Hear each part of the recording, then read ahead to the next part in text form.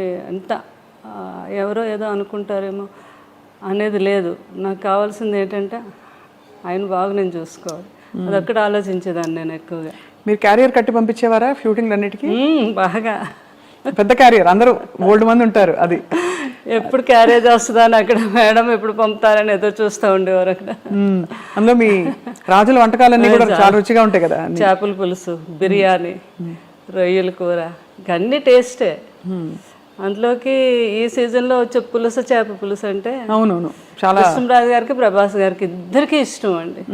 ఇంకా east west లో మంచి చేప పడింది అంటే మన ఇంటికి వచ్చేయాలి. అది కృష్ణరాజు గారు ఏమో, నాకు కృష్ణరాజు గారే నేర్పించారు. మాకు అటు ఆంధ్ర సైడ్ ఆ పులుసు చేప అది అంత తెలియదు మాకు. మాకంతా అటు సీ ఫుడ్ ఎక్కువ అలవాటు మాకు. మాకు అటు అదే అలవాటు అనమాట.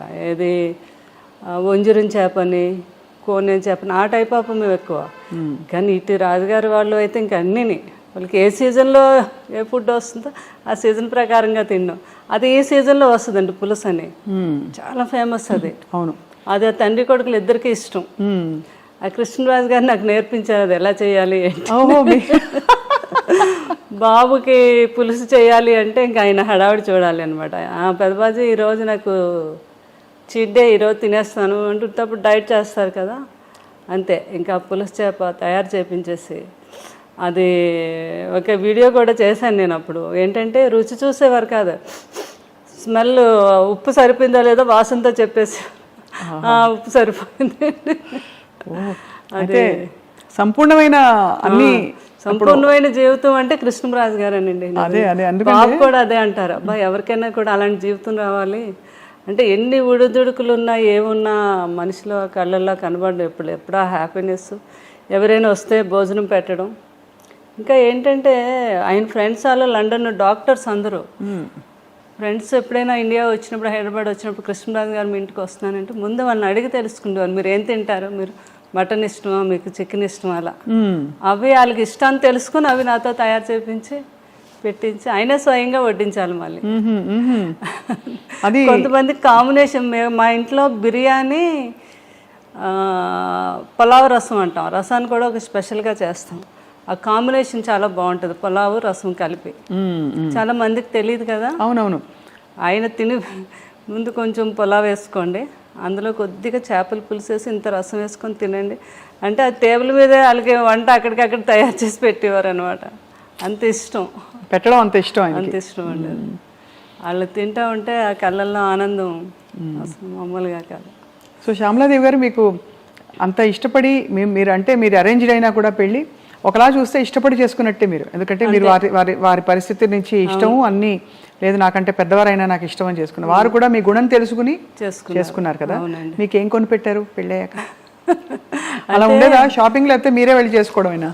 నా ఇష్టం అనమాట, నాకు ఏది కావాలన్నా. ఫస్ట్ టైం మాత్రం నా మ్యారేజ్ అయ్యాక కృష్ణరాజు గారు ఢిల్లీ వెళ్ళారు. ఢిల్లీ వెళ్ళాక వస్తున్నప్పుడు అక్కడ డ్రైవర్ని అడిగారండి, ఇక్కడ మంచి షాప్స్ అవి ఉన్నాయి, మేడం చీరలు కొని పెట్టుకోవాలి. ఫస్ట్ టైం అక్కడ సౌత్ ఎక్స్ బాగా ఫేమస్, అన్ని బ్రాండెడ్ షాప్స్ ఉంటాయి. అక్కడికి వెళ్ళి 2 సారీస్ కొని తెచ్చారు ఫస్ట్ టైం. అవి ఒకటేమో 25,000, ఇంకొకటేమో 15,000 అనమాట. నీకు నచ్చాయి చీరలు, లేకపోతే నెక్స్ట్ మనం వెళ్ళినప్పుడు వాడు చెప్పాడు, మేడంకి నచ్చకపోతే 15 days వరకు టైం ఉంది, వచ్చాక మార్చుకోవచ్చు అని చెప్పారు. నాకు చాలా హ్యాపీ అనిపించింది ఫస్ట్ టైం ఆయన చీరలు కొని తీసుకురావడం. అలా దాచుకున్నాను ఇప్పటికీ కూడా సారీస్, ఆయన ఫస్ట్ టైం కొని తెచ్చారు. అవునా? అవును కదా, అంతకంటే అది అద్భుతమైన జ్ఞాపకం.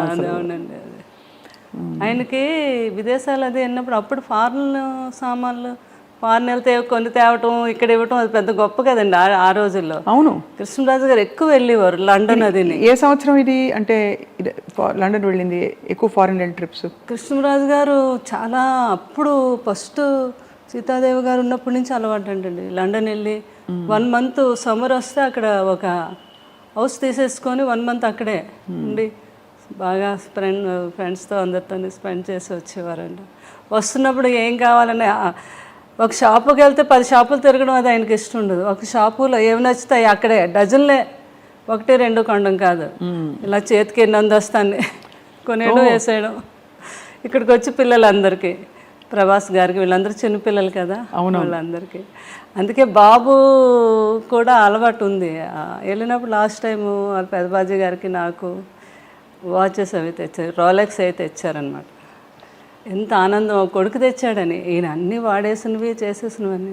కానీ కొడుకు వేరు కదా. అదే ప్రభాస్ ఎప్పుడు వచ్చినా ఒక 2 గంటల ముందు ఫోన్ చేస్తారు వాళ్ళు పెదబాజీ ఈరోజు నేను వస్తున్నాను మిమ్మల్ని చూడడానికి, నేను చాలాసేపు కూర్చున్నాను, కొడుకు వస్తున్నాడు, అన్నీ చేసి ఏం కావాలో ఏంటో తయారు చేయించి ఆ వాచ్ పెట్టుకుండేవారు. కొడుకు కొన్న వాచ్ పెట్టుకొని అక్కడ కూర్చుండేవారు అనమాట.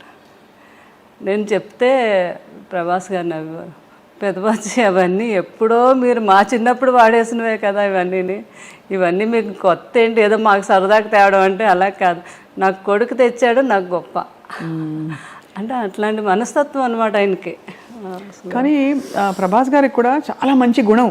అయ్య బాబా, అంత మంచి గుణం అంటే మాట తీరులో మర్యాద ఇవన్నీ కూడా ఖచ్చితంగా కృష్ణరాజు గారి ప్రభావం చాలా ఉంటుంది కదండి. అసలు ఆయన కూడా అనేవారు, పెదబాజీ నాకు చాలా వరకు అంతా మీ పోలికే, అదే మీ గుణాలే వచ్చాయి, కొంచెం మొగమాటం ఒకటే నాకు ఎక్కువ మొగమాటం అండి. అంటే ఎక్కువ ప్రజల్లో అదే బయటకు వెళ్ళడం అని అదని. కృష్ణరాజు గారికి అలా కాదు, పాలిటిక్స్ లో కూడా ఉన్నారు కాబట్టి స్వభావం కూడా కొంత అవుట్ గోయింగ్ ఆయన. అంటే ఒక చార్జ్ తీసేసుకుని వెంటనే అందరినీ కంఫర్టబుల్ చేసేసే టైప్ వ్యక్తిత్వం వారిది కృష్ణరాజు గారు. చాలా ఏదైనా కూడా కష్టాన్ని తెలియకుండా ఏదైనా ఉంటే ఆయనలో ఆయన ఉండి దాన్ని కూడా తెలియపరచుకుంటా హ్యాపీగా ఫ్యామిలీతో ఎంజాయ్ చేయటం, ఎవరిని ఇబ్బంది పెట్టకపోవటం. అంటే దేన్ని మిస్ అయ్యేవారు కాదు. ఆయన 2 పడవల మీద ప్రయాణం కదా, ఒకటి పొలిటికల్, ఒకటి సినిమా. అవును, కానీ ఇద్దరిని కూడా బ్యాలెన్స్ చేసుకుంటూ వచ్చారు ఈ రోజుకి కూడా. కరెక్ట్. వాళ్ళందరూ ఇప్పుడు నాకు కూడా ఉన్నారు, అది నా ఆనందం. ఎవ్వరు కూడా ఒకరు దూరం అవ్వలేదు. అందరూ అంటే సినిమా ప్రపంచంలో ప్రపంచం అనండి, అటు పొలిటికల్ అందరూ టచ్ లో ఉంటారా? అందరూ టచ్ లో ఉంటారు. ఇప్పుడు సినిమా మాలో ఉన్నవారు అంతా కూడా చాలా రెస్పెక్ట్. కృష్ణరాజు గారికి అయితే ఎలా అయితే రెస్పెక్ట్ ఇస్తున్నారో అదే. మన బాలకృష్ణ గారు ఆయన ఫిల్మ్ ఇండస్ట్రీకి వచ్చి 50 years అయింది, ఫంక్షన్ అయింది. అవును, అయినందుకు ఫోన్ చేసి అయినా మీరు వస్తే కృష్ణరాజు గారు వచ్చినట్టు. నాకు పెద్ద ఆయన అంటే చాలా గౌరవం, వచ్చి మీ ఆశీర్వాదం ఇవ్వండి అని ఆయన ఫోన్ చేయటం. అలాగే మురళీమోహన్ గారు, ఎవరైనా అందరూ. తర్వాత మన కృష్ణ గారు వాళ్ళ ఇంట్లో వాళ్ళ తమ్ముడు పిల్లలు వాళ్ళందరూ కూడా మ్యారేజ్లు అయితే అన్నిటికీ నన్ను పిలవటం చాలా ఆనందం అనిపించింది. వారందరూ నాకు ఆ రెస్పెక్ట్ ఇవ్వటం అది. అలాగే రాజకీయంలో ఈస్ట్ గోదావరి, వెస్ట్ గోదావరి ఈ రోజుకి అందరూ మేడం మేడం మేడం గారు అంటారు. అవును, ఉంటుంది కదా ఆత్మీయత, ప్రేమ వాళ్ళకి. మీరు అది నిలబెట్టుకుని అద్భుతంగా వారిని చూసుకోవడమే కాకుండా కూడా కృష్ణరాజు గారితో అలవాటు ఉంది నాకు. అన్నిటికీ మీరు వెళ్ళడం అంటే ప్రతి ఒక్కరిని పలకరించడం, మాట్లాడటం, ఎవరిని మర్చిపోవడం అంటే ఈ రోజుకి లేదు అసలు. ఆ రోజు నుంచి కూడా ఇది అందరూ బాగా ఆ రెస్పెక్ట్ ఇప్పటికీ. బాబు కూడా అంటే కృష్ణరాజు గారు ఎలా అయ్యాక బాగా డిప్రెషన్లోకి వెళ్ళామండి నేను పిల్లలు. అసలు ఇంకా లేవలేమేమో అన్నంత పరిస్థితి అది. ఇంకా అసలు అలాంటిది ఆ టైంలో బాబు బాగా సపోర్ట్ చేశారు. బాబు ఒకటే మాట అన్నారు ఒకరోజు, మీకు పెదబాజీ అంటే చాలా ఇష్టం, ఆయన ఎక్కడికే వెళ్ళలేదు, మన దగ్గరే ఉన్నారు, సంపూర్ణమైన జీవితం అనుభవించి ఆయన మన దగ్గరే ఉన్నారు. ఇప్పుడు మీరు బాధపడ్డారు, రోజు బాధపడుతున్నారు, డిప్రెషన్లోకి వెళ్తున్నారంటే ఆయన నమ్ముకొని ఎంతోమంది ఉన్నారు, వాళ్ళందరికీ మళ్ళీ మీరు పెదబాజీ ఉన్నట్టుగా చూపించాలి కదా. ఎందుకంటే మీరు బాధపడితే ఎవ్వరూ మీ దగ్గరికి రారు ఒక్కరు కూడా. అప్పుడు పెదబాజీ మన దగ్గర లేనట్టే కదా. ఆయన ఉన్నారు మనతోనే అనుకుంటే మీరు లేవాలి, మీరు తిరగాలి, బయటకు వెళ్ళాలి అని ఆయన చెప్పారు. ఇంకా ఆ రోజు నిజమే కదా, బాధపడే కన్నా ఆయన జ్ఞాపకాలను ముందుకు తీసుకెళ్తూ నలుగురిలోకి వెళ్తే వాళ్ళు కూడా ఆనందపడతారని ఆలోచించి నేను అప్పటి నుంచి బయటకు రావడం మొదలుపెట్టాను. ఇంకా బయటకు వచ్చాక నాకు తెలిసింది నిజమే కదా. ఎందుకంటే ఎవరిలో చూసినా ప్రతి ఒక్కరూ కృష్ణరాజు గారి అభిమాని, కృష్ణరాజు గారి గురించి మాట్లాడటం, ఆయన జ్ఞాపకాలను పంచుకోవటం, అందులో నేను బాగా ఆనందం పొందుతున్నాను అనమాట.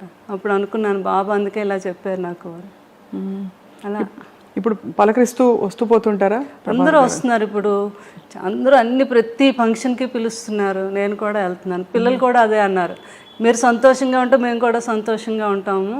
ఆ జ్ఞాపకాలతో మనం బ్రతకాలి కానీ